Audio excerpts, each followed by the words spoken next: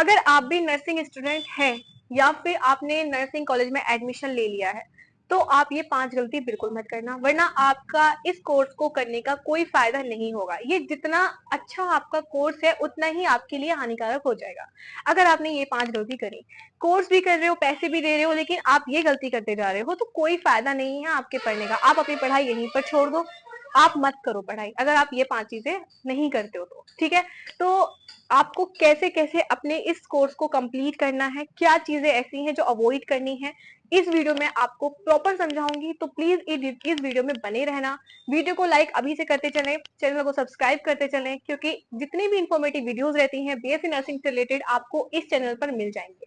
जो भी आपके मन में डाउट्स होंगे, जितनी भी कंफ्यूजन होंगी, जो भी आपके मन की बात होगी, सब इस चैनल पर आपको मिल जाएगी। मैं आपको एक बड़ी दीदी की जैसे गाइड करूंगी, आपको सही रास्ता दिखाऊंगी ताकि आप अपनी लाइफ में अच्छे इंसान बन सकें और कामयाब हो सकें। तो hello friends, myself Tania Khan Saifi and welcome back to my channel again.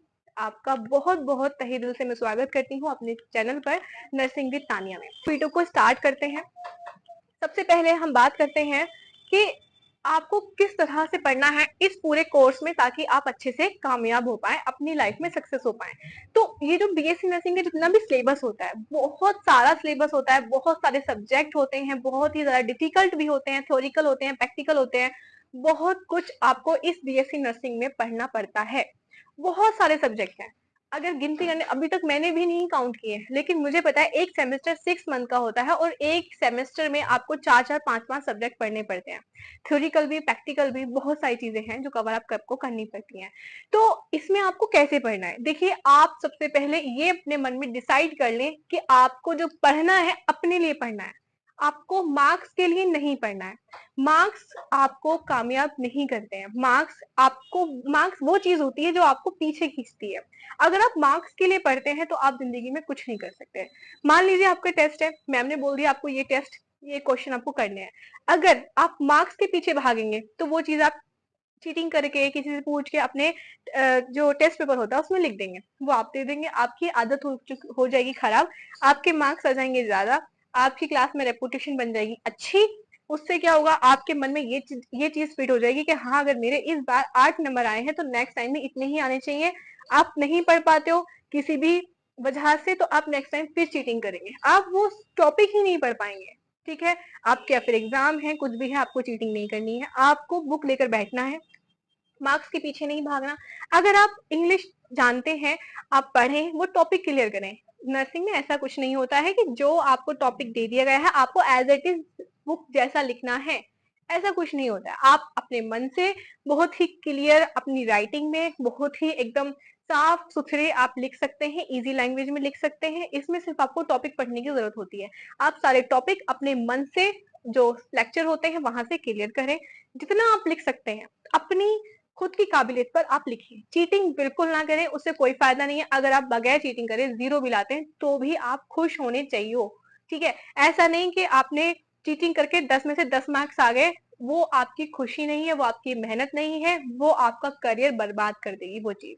ठीक है, तो मैं आपसे यही रिक्वेस्ट करूंगी कि आप जो भी पढ़ रहे हो बीएससी नर्सिंग में, वो सिर्फ रेक्टिफिकेशन आपको नहीं करना है, आपको आपको सिर्फ समझना है और पढ़ना है। ठीक है, तो ये हो गई हमारी फर्स्ट थिंग। सेकंड थिंग, और बहुत ज्यादा गर्मी हो रही है, लाइट भी आ गई, चलिए।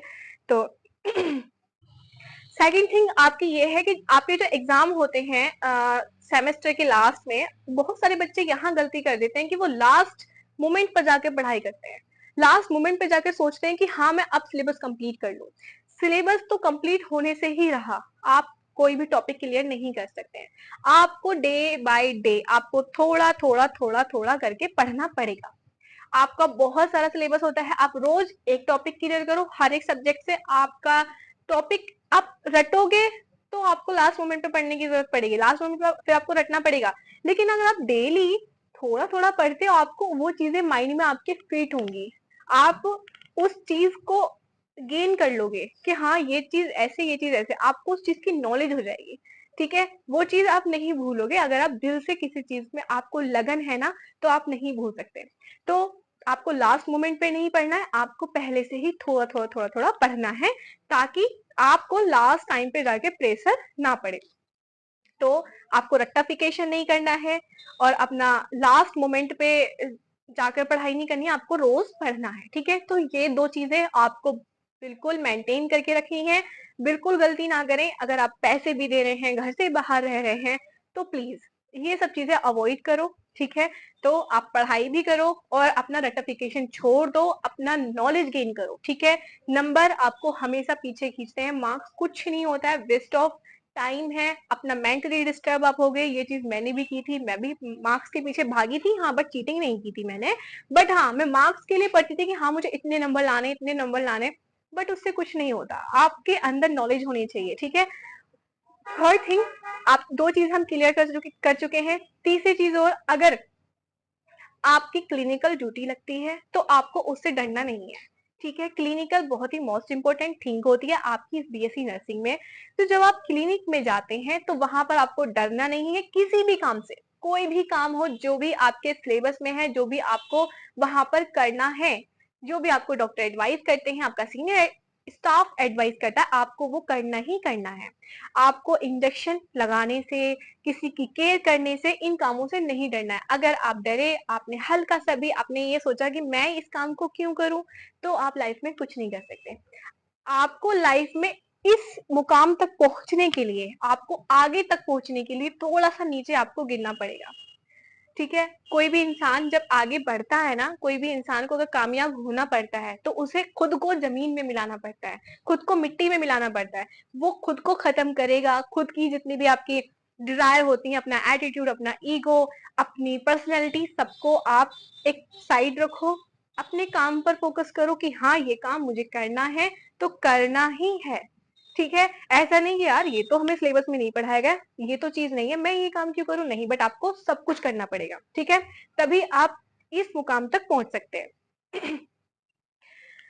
तो ये हो गई हमारी 3 चीजें क्लियर हो चुकी है। रेक्टिफिकेशन आपको नहीं करना है, लास्ट मोमेंट पर आपको नहीं पढ़ना है। थर्ड थिंग, आपको क्लिनिकल ड्यूटी से नहीं डरना है। फोर्थ थिंग, और हम एक चीज अब आगे बढ़ते हैं कि आप खुद के इस नर्सिंग कोर्स को किस पर डिपेंड रहना है। आपको सोशल मीडिया पर डिपेंड नहीं रहना है। हाँ, आप वीडियोस देखो, जो वीडियोस आपको अच्छी लगती हैं, लाइक मी, अगर आपको मेरी वीडियोस अच्छी लगती हैं आप देखिए, मैं बिल्कुल मना नहीं करूंगी।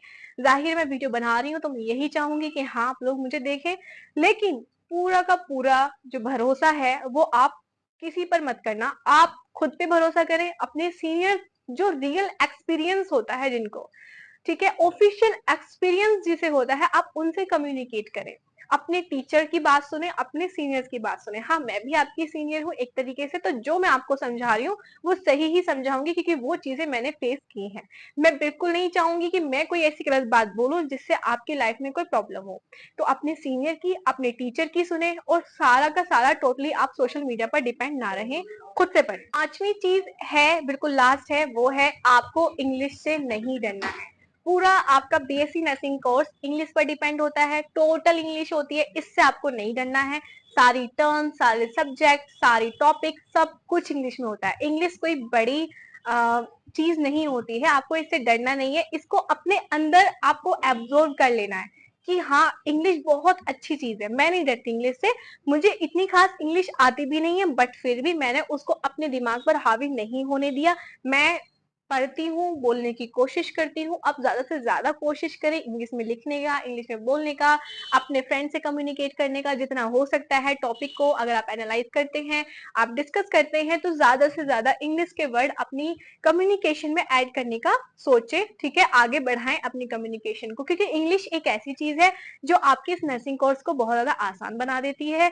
आप कोई भी कॉम्पिटेटिव एग्जाम देंगे, आपको इंग्लिश में ही वो देना पड़ेगा। आपका बीएससी नर्सिंग के एग्जाम हो, आपके सिलेबस जितना भी है सारा इंग्लिश में है, तो आपको इंग्लिश से नहीं डरना है। इंग्लिश अभी से अपनी स्ट्रॉन्ग बनाकर चलें, कम्युनिकेट करें, और इसको अपने दिमाग पर हावी ना होने दें। इंग्लिश पर आप हावी हो जाओ और वो भी डर के कहे कि हाँ इसने मुझे कवर कर लिया, ठीक है। तो ये चीजें सिर्फ आपके सोचने पर डिपेंड करती हैं। जो चीजें मैंने आपसे बोली हैं, आई थिंक आपको समझ में आई होंगी। आप इन चीजों को फॉलो करोगे और मुझे फॉलो करोगे, तो आई थिंक मुझे लगता है कि आपका ये कोर्स आसान हो जाएगा। अभी भी आपसे रिक्वेस्ट करती हूँ, चैनल पर नए हैं तो वीडियो को लाइक करें, चैनल को सब्सक्राइब करें, बस सब्सक्राइब जरूर कर दें। मैं आपसे ये रिक्वेस्ट करती हूँ कि मेरे इस चैनल पर 20,000 सब्सक्राइबर्स ऐसे हों जो मुझे लाइक करते हैं और जेन्युइनली वो मेरे सब्सक्राइबर हैं। बहुत पुराने पुराने सब्सक्राइबर ऐसे हैं जो अभी भी मुझे वॉच करते हैं। मैं थैंकफुल हूँ उनकी।